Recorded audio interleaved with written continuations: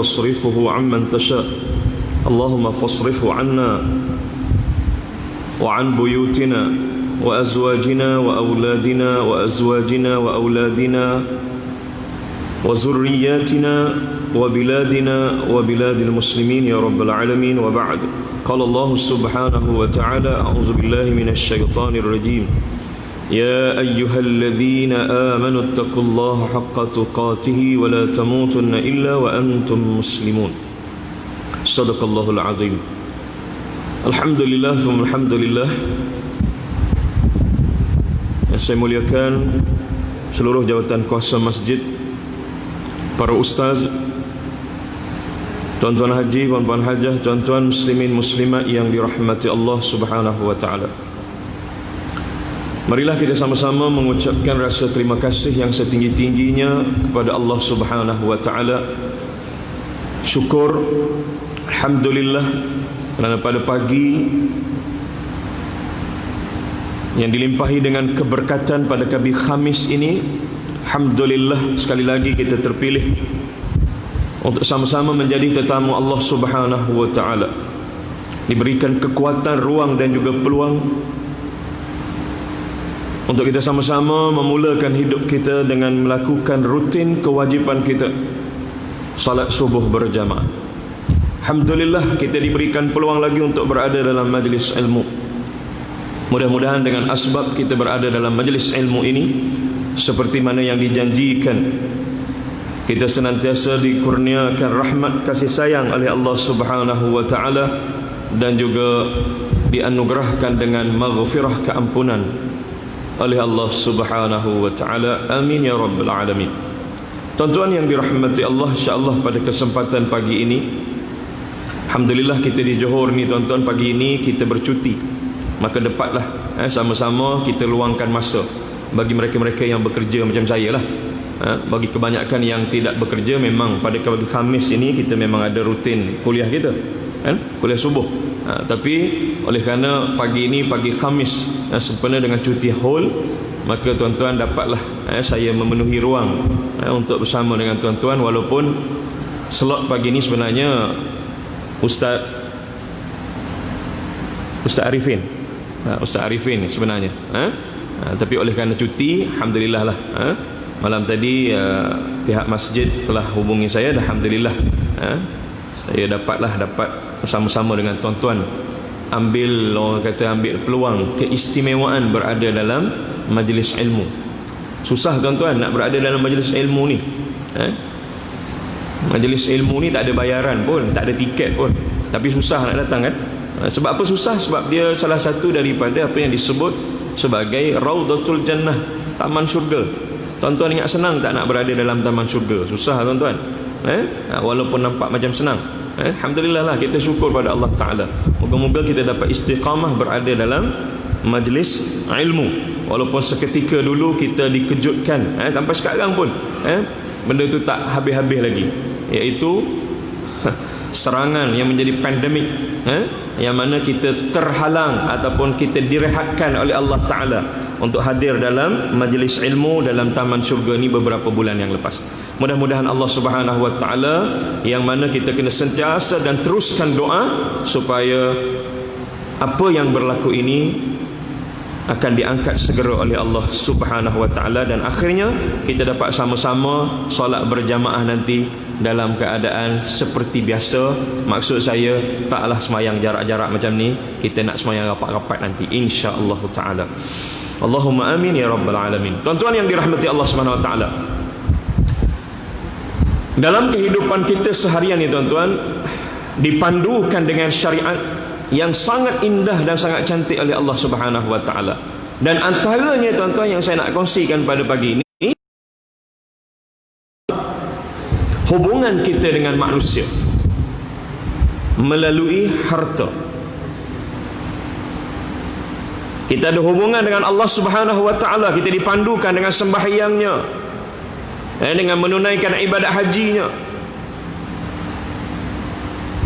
melakukan kebaikan sesama kita, kepada kedua ibu bapa, keluarga dan sebagainya.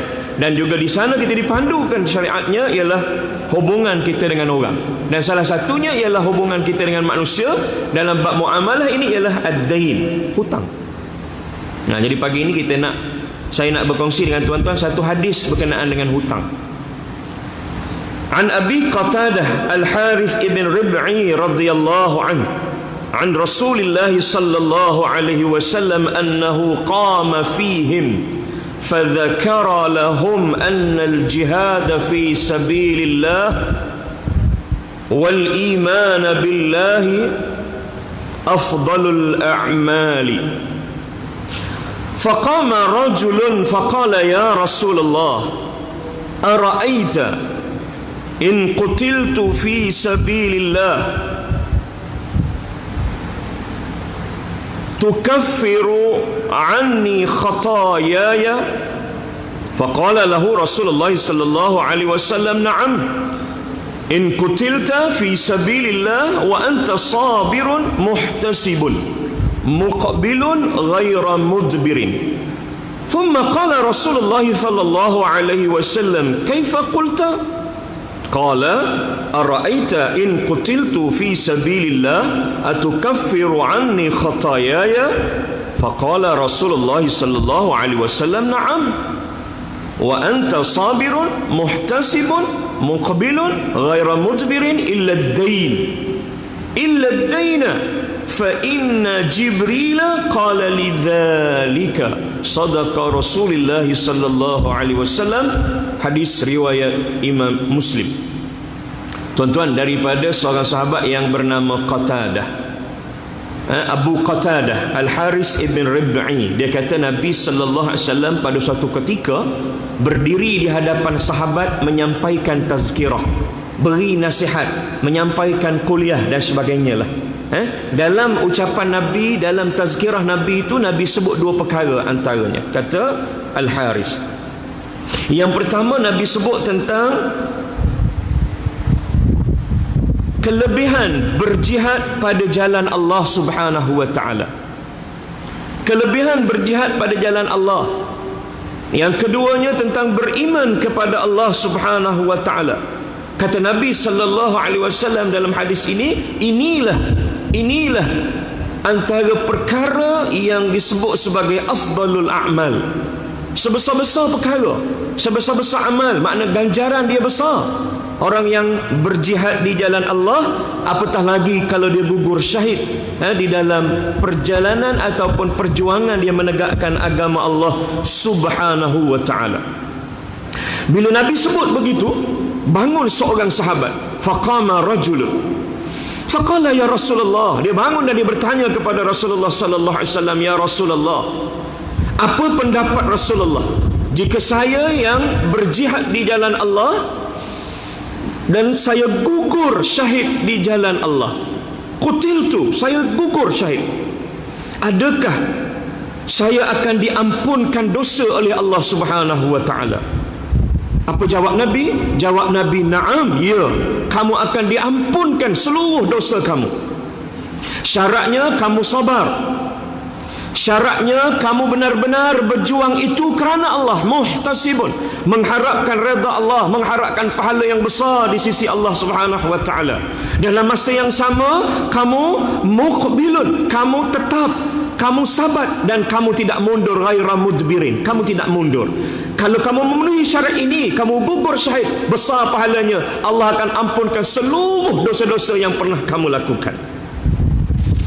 Lepas Nabi sebut begitu, sahabat tadi dah okey lah, dia duduk.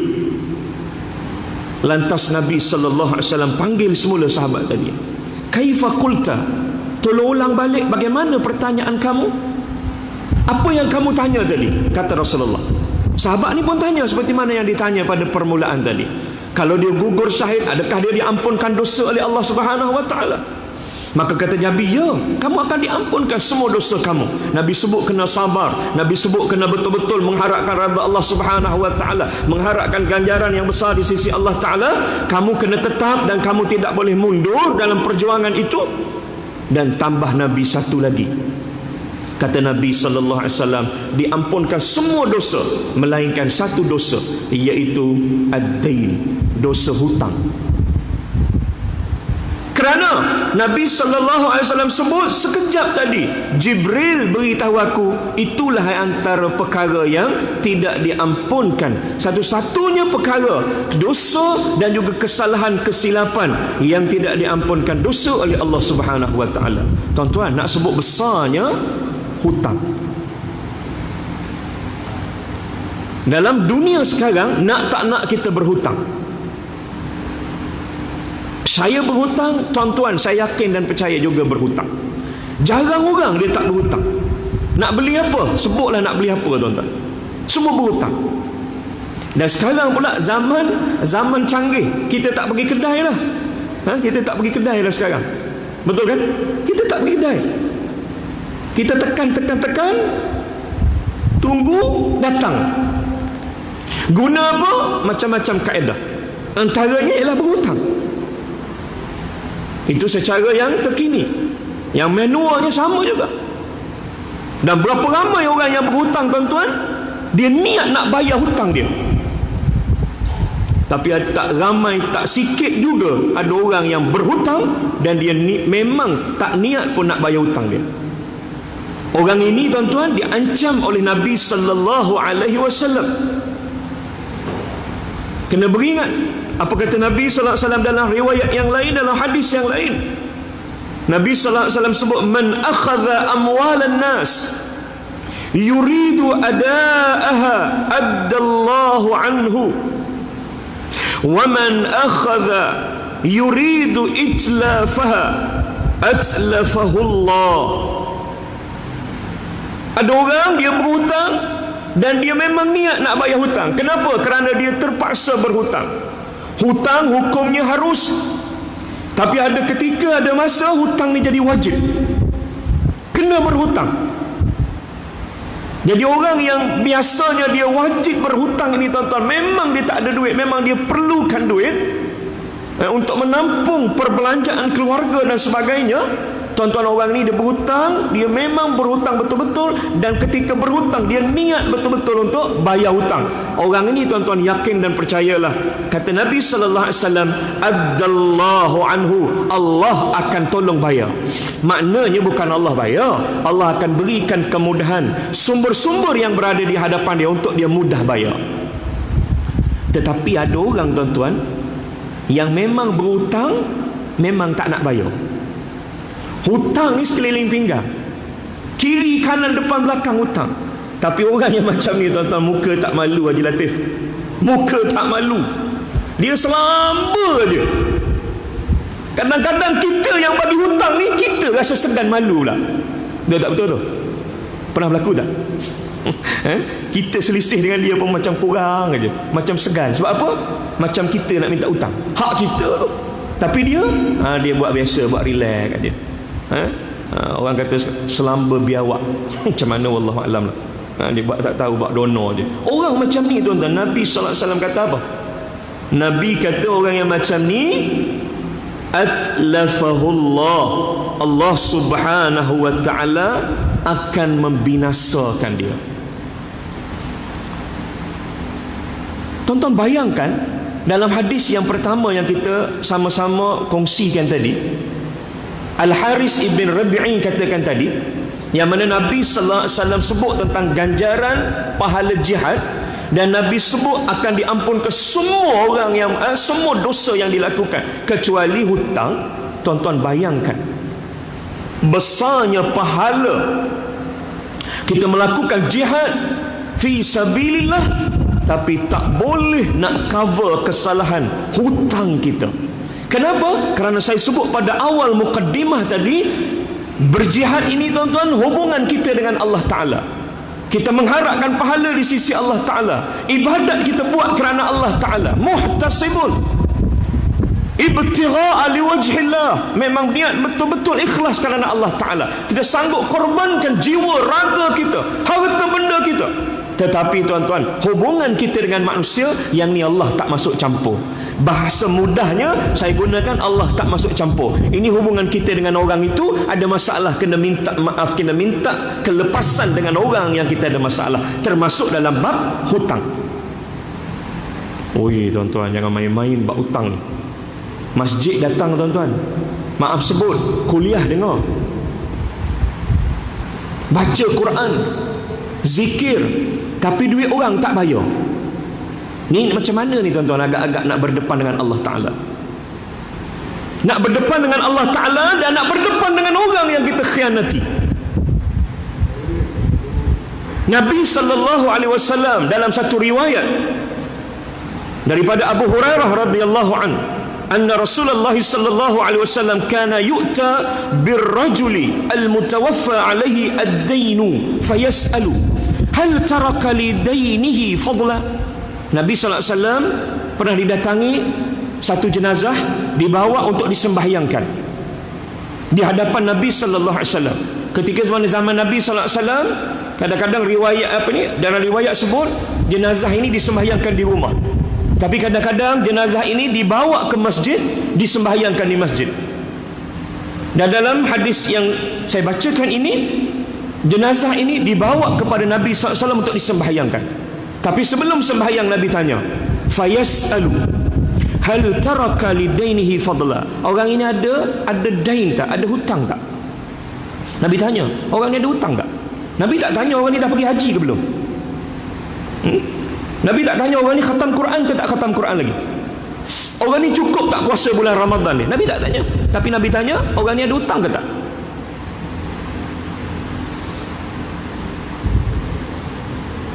Kalaulah sahabat kata tak ada hutang, clear, maka Nabi sallallahu alaihi wasallam sembahyang. Nabi tak sembahyang. Tapi sebelum itu Nabi tanya, adakah dia ada hutang? Dan adakah dia tinggalkan taraka lidainihi fadla. Kalau dia ada hutang, satu lagi yang Nabi tanya, adakah hutang yang dia tinggalkan duit untuk dibayar hutangnya. Maknanya ada can tak, ada kebarangkalian besar tak untuk jenazah ini warisnya bayar hutang. Maknanya dia tinggalkan harta. Kalau sahabat jawab ada ya Rasulullah, dia tinggalkan duit, dia tinggalkan harta tarikah ini, maka nanti akan dibayarkan oleh para warisnya. Maka Nabi sallallahu alaihi wasallam sembahyangkan jenazah dia. Wa illa, jika wa illa fa in hudditha annahu taraka lidainihi wafa'an shalla wa illa qala lil muslimina sallu ala sahibikum. Kalau jawapannya tak ada Rasulullah, dia ada hutang dan dia tak bayar hutang dia, dan tak ada duit nak bayar hutang dia, memang orang ni memang jenis yang tak nak bayar hutang, tuan-tuan, maka Nabi sebut kepada para sahabat, Nabi kata sallu ala sahibikum, kamu sembahyanglah ke atas jenazah ini, aku tak sembahyang. Tuan-tuan, Nabi tak nak sembahyang. Orang yang mati ada hutang, tak nak bayar hutang. Bayangkan betapa besarnya ancaman, peringatan yang diberikan oleh Nabi sallallahu alaihi wasallam berkaitan dengan orang yang tak nak bayar hutang ni.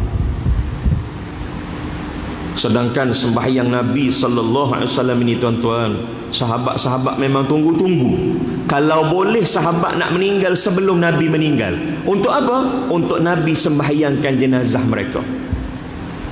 Sahabat-sahabat yang bersembahyang jenazah dengan Nabi sallallahu alaihi wasallam, tuan-tuan, lepas sembahyang jenazah, ramai sahabat-sahabat yang termenung mengharapkan apa? Kalaulah jenazah yang disembahyangkan oleh Nabi depan ni, kalaulah jenazah tu aku. Sebab apa? Dia tahu, mereka tahu, sahabat tahu betapa besarnya kelebihan apabila Nabi sallallahu alaihi wasallam yang menyembahyangkan jenazah mereka. Apatah lagi Nabi sallallahu alaihi wasallam mengimami jenazah yang disembahyangkan. Tapi dalam bab hutang, Nabi sallallahu alaihi wasallam tak nak sembahyang. Tuan-tuan yang dirahmati Allah Subhanahu wa taala. Sebab itu kita pelik kenapa ada orang dia buat biasa-biasa sahaja dengan masalah hutang ni. Dalam Quran, surah yang paling panjang surah yang kedua.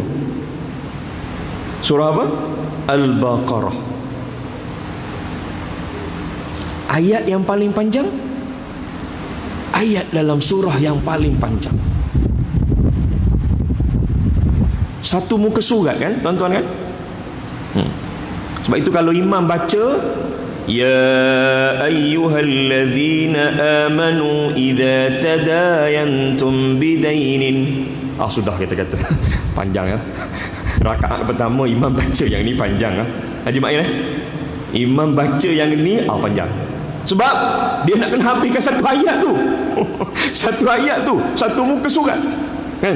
Ayat 282 suratul Baqarah. Cerita tentang apa tuan-tuan? Tentang semayang? Bukan. Cerita tentang haji? Bukan. Cerita tentang puasa? Bukan. Cerita tentang apa? Tentang hutang.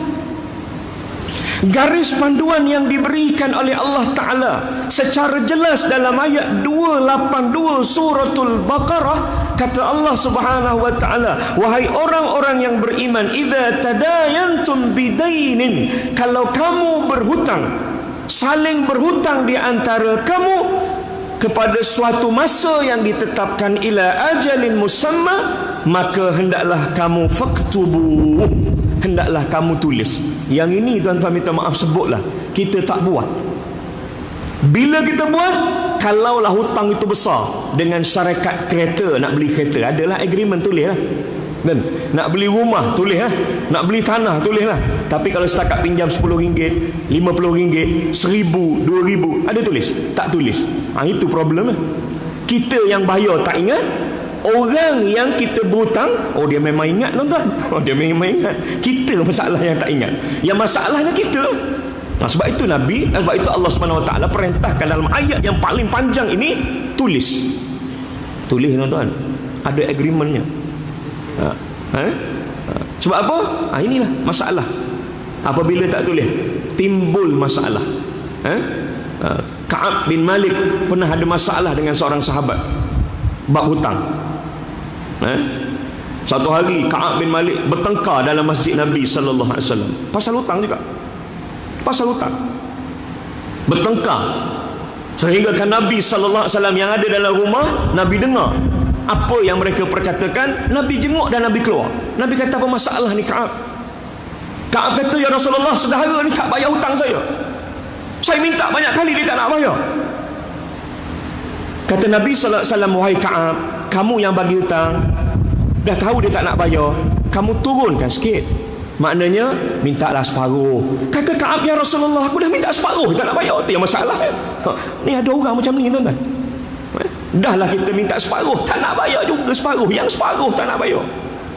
Teruk. Duit orang nak, bayar tak nak. Ni muka tak malu. Muka tak malu tuan-tuan. Ramai yang muka tak malu tuan-tuan. Allahu Akbar. Maka kata Nabi sallallahu alaihi wasallam kepada yang tak nak bayar, bayarlah hutangnya. Faqdi dainik. Kena bayar. Sebab hutang ini wajib untuk dibayar. Tuan-tuan yang dirahmati Allah, kesempatan yang ringkas ni tuan-tuan, saya tak nak panjang lah. Saya tak nak panjang, saya tak nak masa panjang. Setelah kita tahu bahawa besarnya ancaman Allah Subhanahu wa taala melalui hadis Nabi sallallahu alaihi wasallam tentang masalah hutang yang tidak dibayar dan masalah hutang yang niat macam tak nak bayar. Yang ini tuan-tuan, Nabi sallallahu alaihi wasallam ajar kepada kita satu doa, ataupun saya nak kongsikan dua doa lah yang boleh kita amalkan. Solusinya ialah Nabi ajar kita doa. Apa doanya tuan-tuan? Doa supaya kita mudah untuk melangsaikan ataupun untuk kita membayar hutang kita. Saya yakin dan percaya tuan-tuan dah amalkan doa ni. Tapi tak apalah, kita nak berkongsi. Mudah-mudahan Allah Subhanahu wa taala akan mempermudahkan urusan kita untuk kita qada'ud dain, untuk kita membayar balik hutang kita. Dengan siapa pun tak kisahlah. Janji kita nak dipermudahkan. Doanya tuan-tuan, Yang pertama, doa yang diajar oleh Sayyidina Ali. Doa Rasulullah ajar kepada Sayyidina Ali, dan Sayyidina Ali karramallahu wajhah kongsi dan juga ajar kepada seorang sahabat yang datang mengadu kepada Sayyidina Ali. Doanya tuan-tuan, kata Sayyidina Ali, ala u'allimuka kalimatin 'allamanihinna Rasulullah sallallahu alaihi wasallam law kana 'alaika mithlu jabalin dainan addahu Allah anka. Saudara, saya nak ajar kepada saudara satu doa yang Nabi sallallahu alaihi wasallam ajarkan kepada saya. Beberapa kalimat Sayyidina Ali sebut, maknanya tak banyak pun. Doa ini beberapa perkataan sahaja yang mana Rasulullah SAW ajar kepada saya nak berkongsi dengan saudara untuk memudahkan saudara bayar hutang, walaupun hutang saudara ini digambarkan mithlu jabalin, walaupun besarnya hutang sebesar bukit.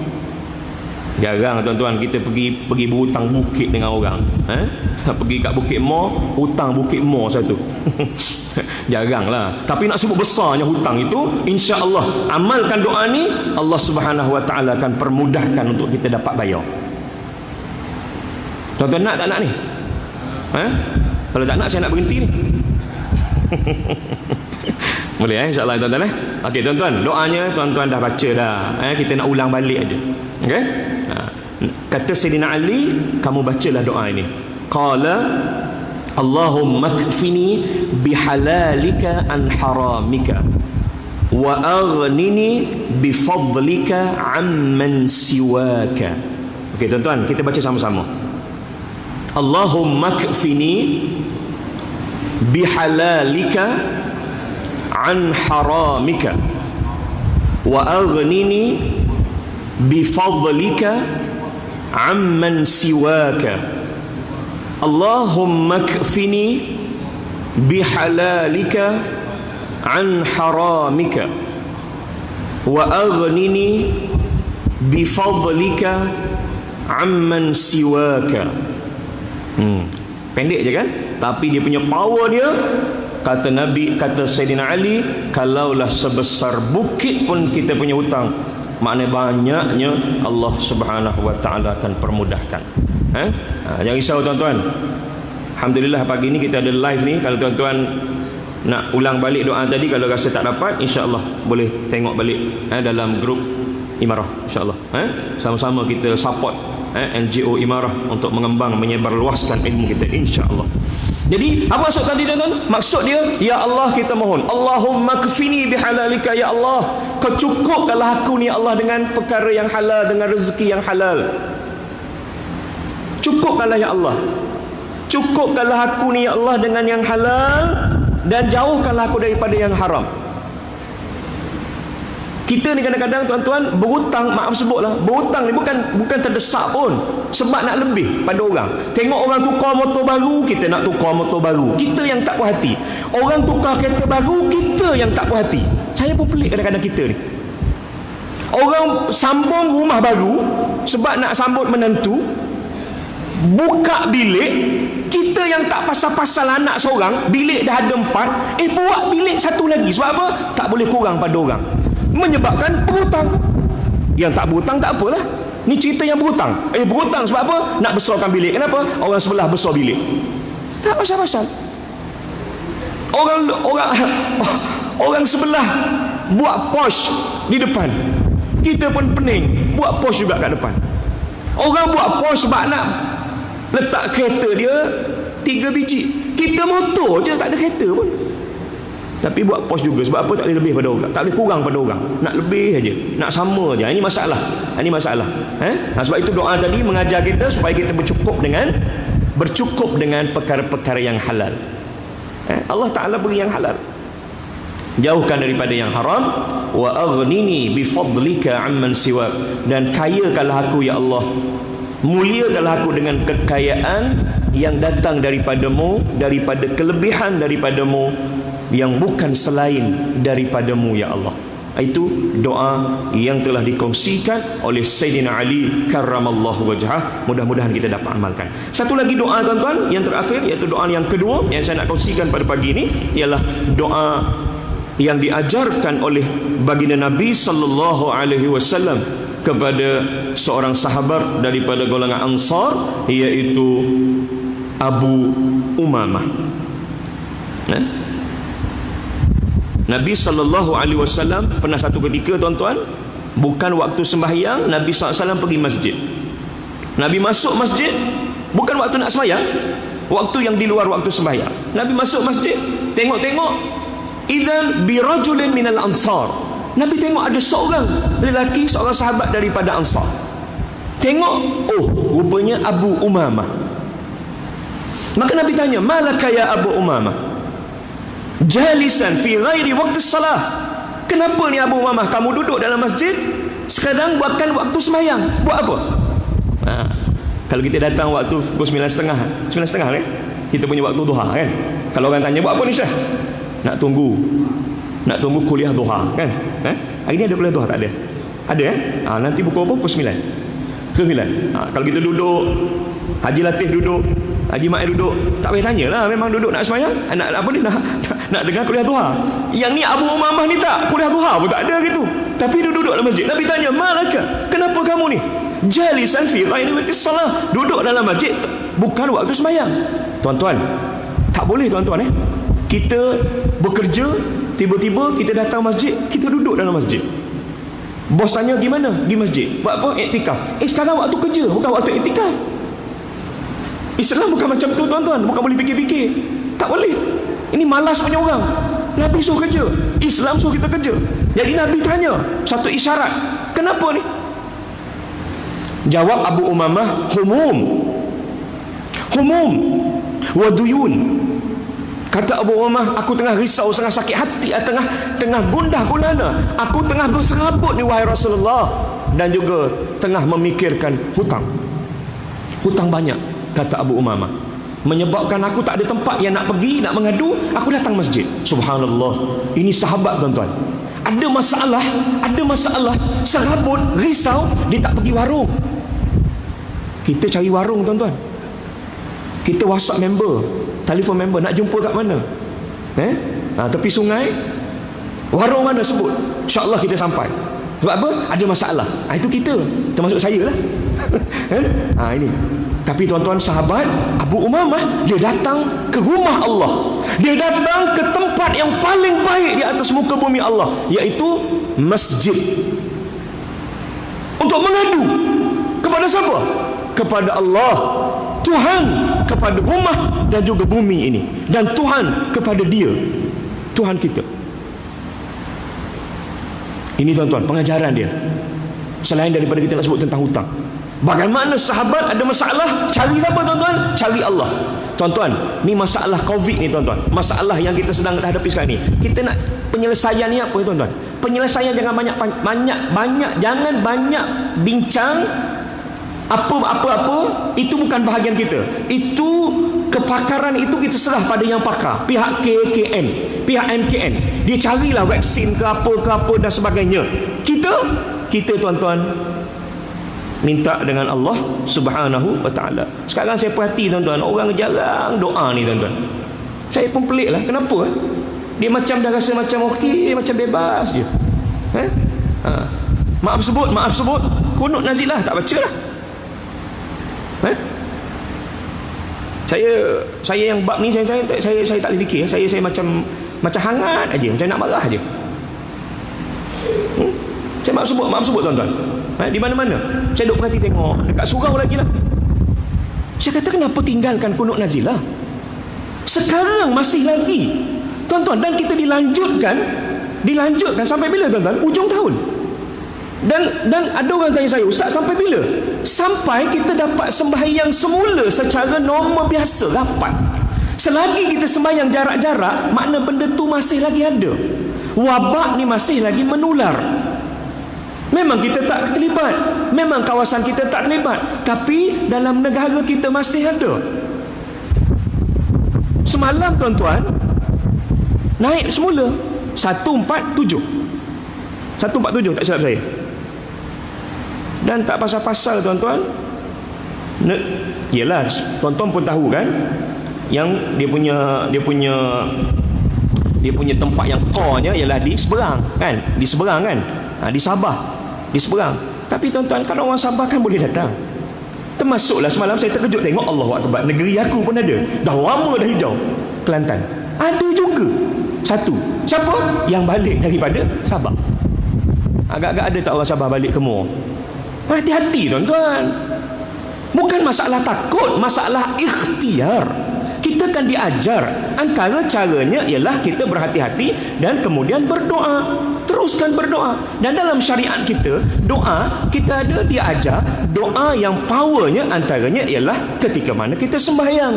Ketika kita berdiri sembahyang itu, kita angkat, menunjukkan bahawa Nabi nak ajar kita, menunjukkan bahawa betul-betul kita mengharapkan daripada Allah Subhanahu Wa Taala. Dalam sembahyang, tengah-tengah berdiri tu, tengah qiyam tu, kita berdoa seperti mana doa kunut pagi-pagi kita buat. Jadi teruskan supaya Allah Subhanahu Wa Taala berikan kepada kita keafiatan, berikan kesihatan pada kita, dan kita diangkat daripada bala yang diuji yang sebegitu hebat ini. Tuan-tuan yang dirahmati Allah Subhanahu Wa Taala, Nabi tanya Abu Umamah, apa Abu Umamah kata, ya Rasulullah, aku duduk dalam masjid ini sebab apa? Sebab serabut, sebab susah hati, dan juga sebab hutang. Maka Nabi SAW sebutkan kepada Abu Umamah, aku nak ajar kepada kamu wahai Abu Umamah satu doa, yang mana kamu baca doa ini, Allah Subhanahu Wa Taala akan hilangkan keserabutan duka cita yang melanda kamu, yang menghantui kamu wahai Abu Umamah, dan Allah Subhanahu Wa Taala akan tolong langsaikan hutang kamu. Ini tuan-tuan, doa apa tuan-tuan? Doa yang Rasulullah ajar kepada Abu Umamah. Dan Nabi sallallahu alaihi wasallam sebut kepada Abu Umamah, baca doa ini pagi dan petang, jadikan amalan. Pun saya yakin dan percaya tuan-tuan dah amalkan. Tapi tak apalah, kita nak kongsi, tuan-tuan teruskan amalnya. Apa doanya tuan-tuan? Doanya senang saja, tuan-tuan dah selalu baca, Allahumma inni a'udzubika minal hammi wal hazan, wa a'udzubika minal ajzi wal kasal, wa a'udzubika minal jubni wal bukhli, wa a'udzubika min ghalabatid daini wa qahrir rijal. Dah amalkan kan? Teruskan amalkan. Nak baca ke tak nak baca ni? Kita baca sekali Kita baca tuan-tuan kita ambil berkat. Dah tuan-tuan dah baca, dah amalkan, teruskan pagi petang. Dan kalau tuan-tuan biasa beramal, berwirid dengan zikir-zikir al-ma'thurat, tuan-tuan memang dah ada. Asy-Syahid Hasan Al-Banna dah letakkan dalam antara doa-doa dan wirid-wirid dalam zikir ma'thurat ialah doa untuk kita dipermudahkan untuk bayar hutang. Bismillahirrahmanirrahim. Allahumma inni a'udzubika minal hammi wal hazan, wa a'udzubika minal ajzi wal kasal, wa a'udzubika minal jubni wal bukhl, wa a'udzubika min ghalabatid daini wa qahrir rijal. Allahumma inni a'udzubika minal hammi wal hazan, wa a'udzubika minal ajzi wal kasal, wa a'udzubika minal jubni wal bukhl, wa a'udzubika min ghalabatid daini wa qahrir rijal. Ya Allah, kata Nabi, marilah kita berdoa.